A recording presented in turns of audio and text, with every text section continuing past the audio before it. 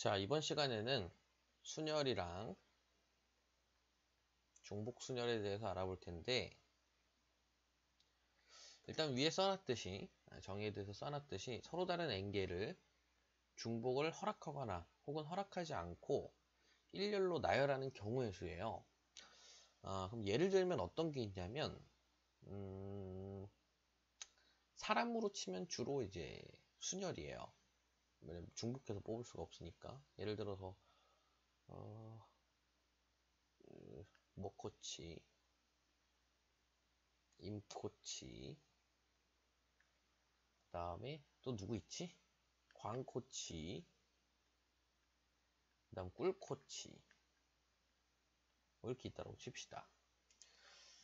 이렇게 4명이 있는데, 4명에서 뭘로 뽑아볼까? 청소당번과 또 뭘 시켜볼까?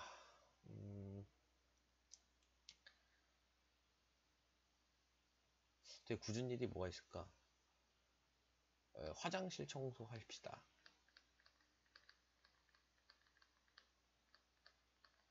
요거는 방 청소. 이렇게 이제 정한다고 칩시다. 2명을 정해요. 그러면은 이렇게 방 청소 당번과 화장실 청소 당번을 뽑는 경우의 수의 소를 구해라. 이렇게 이제 될 수 있겠죠. 자, 그러면은 얘를 이제 어떤 구조로 구하게 되냐면 방 청소 당번의 이름을 여기에다가 쓴다라고 칩시다. 그리고 화장실 청소 당번의 이름을 여기에다가 쓴다라고 쳐요. 자, 그래서 이제 넷이서 뭘 하게 되냐면 가위바위보를 하게 됩니다. 그래서 가위바위보를 해서 가장 진 사람이 여기에 이름을 쓰고, 그 다음에 이제 그 전에 진 사람이 여기 이름을 쓰고, 나머지 뭐 상관없고. 자, 이런 이제 경우를 상상을 해보세요.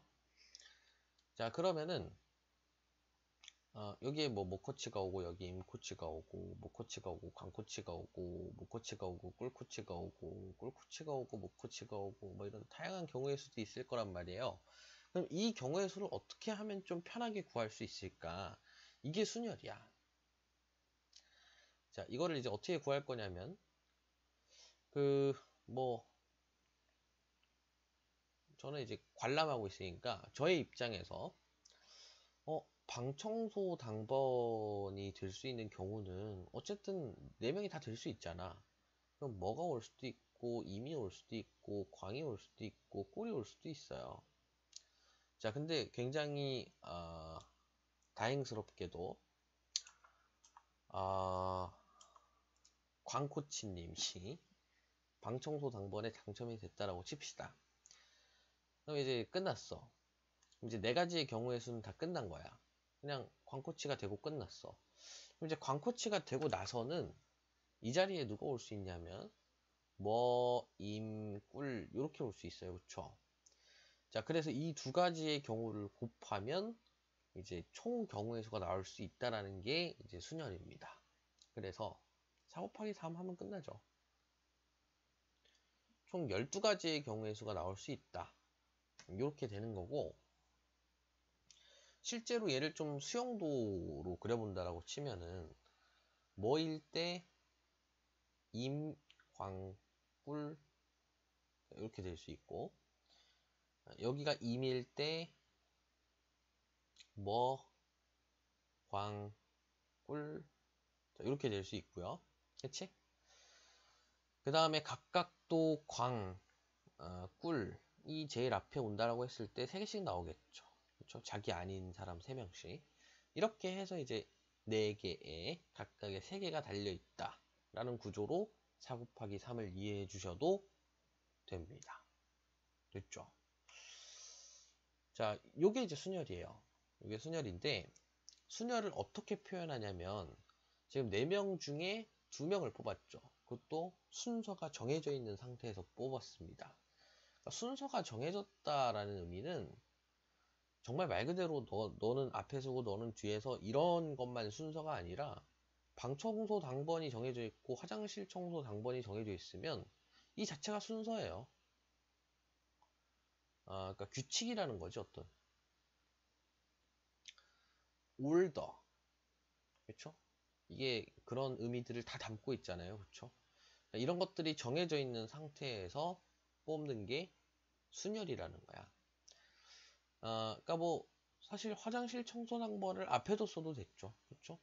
그러니까 뭐든 상관없는데 어쨌든 뭔가 이름 택이 딱 붙여져 있어서 너는 뭐고 너는 뭐고 라고 할 때는 마치 순서를 정해서 뽑는 것처럼 생각할 수 있다, 이런 거죠. 그러니까 자기만의 규칙을 정하는 거지, 서로.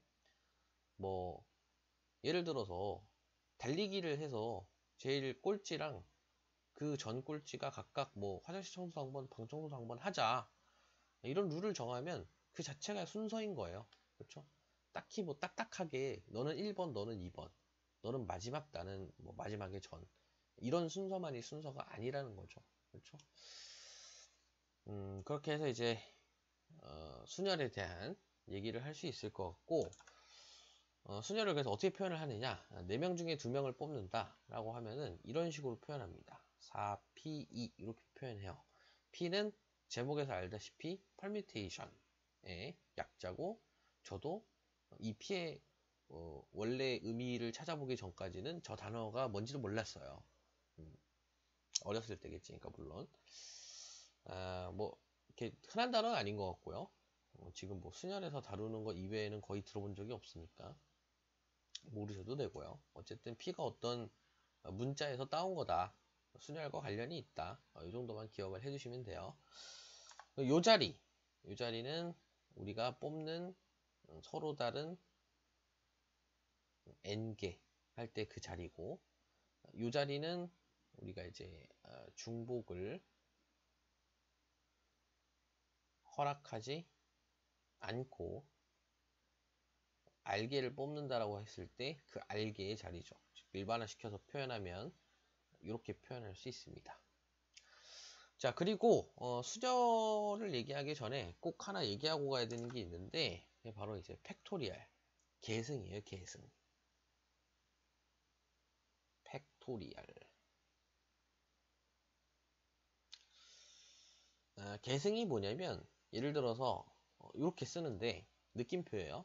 n에 대한 느낌표를 쓰면 얘는 뭘 하라는 신호냐면 n부터 시작해서 자연수를 하나씩 줄여가면서 1이 될 때까지 쭉 곱해라, 이런 신호예요.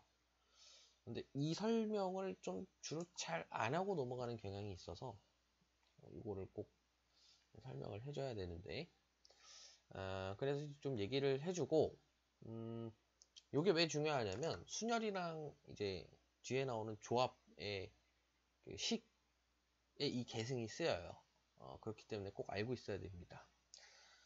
그래서 순열 같은 경우에는 어쨌든 어떤 구조를 가지게 돼 있냐면, NPR은 n부터 시작해서 n-1, n-2 그래서 쭉 곱해가지고 n-r 플러스 1까지 곱하게 되어 있어요. 이건 외워두셔야 됩니다. 여기서의 구조를 보면 4부터 시작해서 3 끝나는 거죠. 3에서. 근데 이제 이걸 어떻게 기억하고 있으면 좋냐면, 이렇게 딱딱하게 문자로 기억도 하고 있긴 해야 되지만, 이 상황에서 볼 때는 예를 들어서 숫자를 좀 키워볼까요? 한 8p3이라고 해볼까요? 이런 경우에 8p3을 구해라 라고 하면은 어떻게 구하냐면, 이렇게 딱딱하게 문자에 대해서 대입을 하는 게 아니라 8부터 숫자를 하나씩 내려가면서 곱하는데 3개까지 곱한다, 이렇게 기억을 하고 있으면 좋습니다. 즉, 이 첫 번째, 두 번째, 세 번째까지만 곱한다, 이 3의 숫자가 요거랑 동일하다, 이 얘기죠. 얘는 시작하는 숫자고, 시작해서 3번까지만 곱해라, 요런 순서, 요런 이제 신호로 받아들이시면 나중에 이제 계산할 때 훨씬 편하죠. 굳이 n-r 플러스 1 막 이렇게 일일이 계산하고 있는 것보다. 자, 근데 위에서 이제 우리가 계승의 정의를 썼었는데 되게 비슷하게 생겼죠. 그렇죠? 그래서 얘를 계승의 정의로 좀 나타내 보면, 위를 n팩이라고 쓴다라고 쳤을 때 여기서 쭉 1까지 곱했다는 얘기 아니에요. 그쵸? 그러면은 이 부분을 날리면 되지. 반대로 분모해서. 이해돼요? 무슨 말인지? 그러면은 n-r 플러스 1의 다음 숫자는 하나 더 주니까 n-r이겠지. 그러니까 n-r부터 쭉 내려가서 1까지 곱하는 거니까 여기는 말 그대로 n-r의 팩토리얼이에요. 계승이죠. 그쵸? 그래서 순열의 정의는 이렇게 됩니다. 이게 순열식이에요. 계승을 통해서 이렇게 정리를 할 수 있어야 됩니다. 얘를 이렇게 바꿀 수도 있어야 되고 이렇게 바꿀 수도 있어야 돼요. 무조건 할 줄 알아야 되고 얘가 이렇게 바뀐다라는 것과 얘가 이렇게 바뀔 수 있다라는 것, 얘가 이렇게 바뀔 수 있다라는 것, 각각의 관계들이 다 유기적으로 이어져서 암기를 하고 계셔야 됩니다. 이걸 하고 있느냐 못하느냐가 실제로 문제 푸는데 되게 중요하게 작용하기도 해요. 근데 수능이라는 것 자체가 30문제 안에 모든 걸 물어봐야 되기 때문에 사실 이렇게 국소적인 거를 물어보기가 쉽지 않아요. 그러니까 되게 마음을 엄청 굳게 먹고 내는 거야. 만약에 낸다면. 그렇기 때문에 더더욱이 잘 기억을 하고 계셔야 됩니다. 됐죠? 미친 척 하고 냈을 때 야 이 미친놈아 이러면서 답을 맞춰줘야죠. 그쵸? 야 이 미친놈아 이러면서 틀리면 기분 나쁘잖아요. 그쵸? 그렇고 이제 중복순열 얘기를 해야죠. 그쵸? 중복순열이 사실 가장 쉬워요. 순열 조합 뭐 경우의 수 통틀어서 중복순열이 가장 이해하기가 쉬운데 이건 서로 다른 n개에서 중복을 허락해서 알개를 뽑는 경우인데 뭐 예를 들어보면 뭐가 있을까? 나는 항상 중복순열 예를 정하는 게 너무 힘들더라.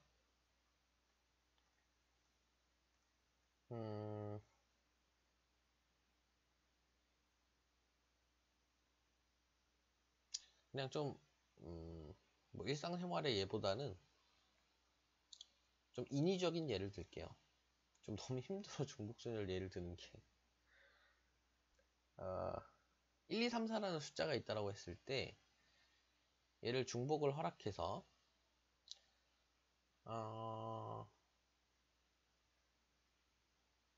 두 자리 자연수를 만든다고 해볼까요?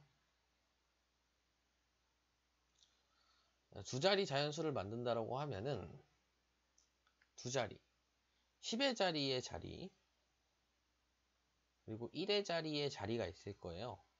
그치? 여기까지 봤을 때는 어쨌든 굉장히 순열의 느낌이 강한데 왜냐면 순서가 정해져 있으니까 중복이 허락돼 있단 말이에요. 그쵸? 자, 원래 만약에 순열이라고 치면 여기에 4개의 숫자가 올 수 있다. 그리고 여기에 쓰인 숫자 하나를 제외하고 나머지 3개의 숫자가 올 수 있다. 해서 총 12가지의 경우가 나온단 말이죠. 그쵸? 근데 중복을 허락하면 굳이 여기서 3이 될 필요가 없어요. 그치? 여기서 4개 다 썼다 해도 여기서 4개 쓰면 돼. 그치? 그래서 16이다. 이게 중복 순열이에요. 더 쉽지 사실. 자, 그러면은 숫자를 좀 넓혀서 1, 2, 3, 4, 5라는 숫자가 있고 세 자리 자연수를 만든다라고 칩시다. 자, 그러면은 100의 자리, 10의 자리, 1의 자리가 있을 거고 숫자는 총 5개 있어요. 그쵸? 그럼 5개 올 수 있고 5개 올 수 있고 5개 올 수 있잖아. 그치? 그러면 125인가요? 이게 중복 순열이고 5개의 숫자 중에서 어쨌든 3개를 선택하는 거지. 그쵸? 그러면 이제 얘는 어떻게 쓰냐면 5개의 숫자 중에서 3개를 중복을 허락해서 순서대로 나열한다. 얘를 이렇게 표현합니다. 얘는 실제적으로 어떻게 계산을 하느냐? 우리가 위에서 순열에서 봤던 것처럼 얘 같은 경우에는 8로 시작해서 3개까지 곱한다. 이런 어떤 신호로 받아들였다면 얘는 어떤 신호로 받아들이냐면 야, 너 5에 3승해. 즉, 이 자리가 요 밑에 자리가 되고, 요 자리가 지수의 자리가 되는 이런 형태를 나타낸다라는 거예요. 뭐 외울 것도 없죠, 그렇죠? 되게 쉽죠. 그래서 어쨌든 순열도 마찬가지고 중복 순열도 마찬가지고 두 개가 다 상식의 선에 있습니다. 그러니까 그렇게 어렵지 않다라는 거예요. 특히나 중복 순열 같은 경우에는 그냥 정말 말 그대로 진짜 그냥 같은 수 여러 번 곱하기 거듭 제곱의 느낌이 강하죠. 그렇지? 그래서 중복 순열은 실제로 문제화가 잘 되지 않아요. 너무 쉬워서. 그래서 이제 지금 다루면서 꼭 봐야 되는 건 순열 부분이고, 순열 부분에서도 나머지는 다 상식이에요. 그쵸? 나머지는 다 상식이기 때문에 이 정도 구하는 거 자체는 어렵지 않은데, 이렇게 4 곱하기 3으로 구하는 거를 4P이라는 것으로 끌어내려오고, 그러니까 이렇게 바꿀 줄 알고 4P이라는 거를 4 곱하기 3으로 계산할 줄 알고, 그래서 10이라는 결론이 나오고, 그러니까 이걸 할 줄 아느냐 모르느냐, 이 부분에 대해서 계속 학습을 하는 거예요. 이렇게 쉬운 경우에는 그냥 4 곱하기 3으로 해서 구하는 경우가 더 쉽다라고 생각할 수 있는데, 문제가 조금씩 어려워지다 보면, 그리고 문제가 조금 복합성을 띠다 보면, 그러니까 복잡도가 높아지다 보면, 이렇게 실제로 어떤 숫자 대 숫자로 바라보는 관점이 어느 순간 편해지게 됩니다. 그때 이런 걸 도입해서 풀어도 늦지 않아요. 그러니까 앞에서 우리가 이제 경우의 수 부분에서 얘기를 했던 것처럼 일단은 다 구하는 형식으로 계속 이걸 어떻게 하면 편하게 구할 수 있을까? 이걸 어떻게 하면 편하게 구할 수 있을까? 이런 것들을 계속 생각하면서 실제적으로 본인이 직접 구해보면서 이거는 순열로 구하는 게 훨씬 편하네 라는 부분에서 계속 외부의 어떤 툴들을 계속 도입해 나오면 돼요. 그렇게 이제 학습을 하시면 됩니다. 그래서 제가 처음 들어서 제 말이 잘 이해가 될지 모르겠는데, 그러니까 이러한 이제 방향성을 제시해주는 말이 잘 이해가 될지 모르겠는데, 어쨌든 나중에라도 한 번은 느끼게 될 겁니다. 제가 이렇게 얘기했던 부분들이 뭘 의미했는지. 그때 잘 방향 잡아서 공부해도 늦지 않으니까 마음속에 잘 새겨주세요. 경우의 수는 뭐 그렇게 어렵지 않나 보다.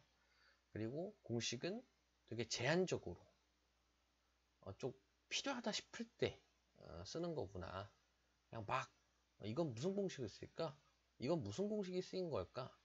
이렇게 생각하는 게 아니라 그냥 정말 구하다 보니까 여기선 순열이 필요하겠구나 해서 쓰는 거고, 이제 공식을 좀 그런 관점에서 봐야겠구나. 그거를 좀 잘 기억을 하고 가셨으면 좋겠다라는 겁니다. 됐죠? 순열은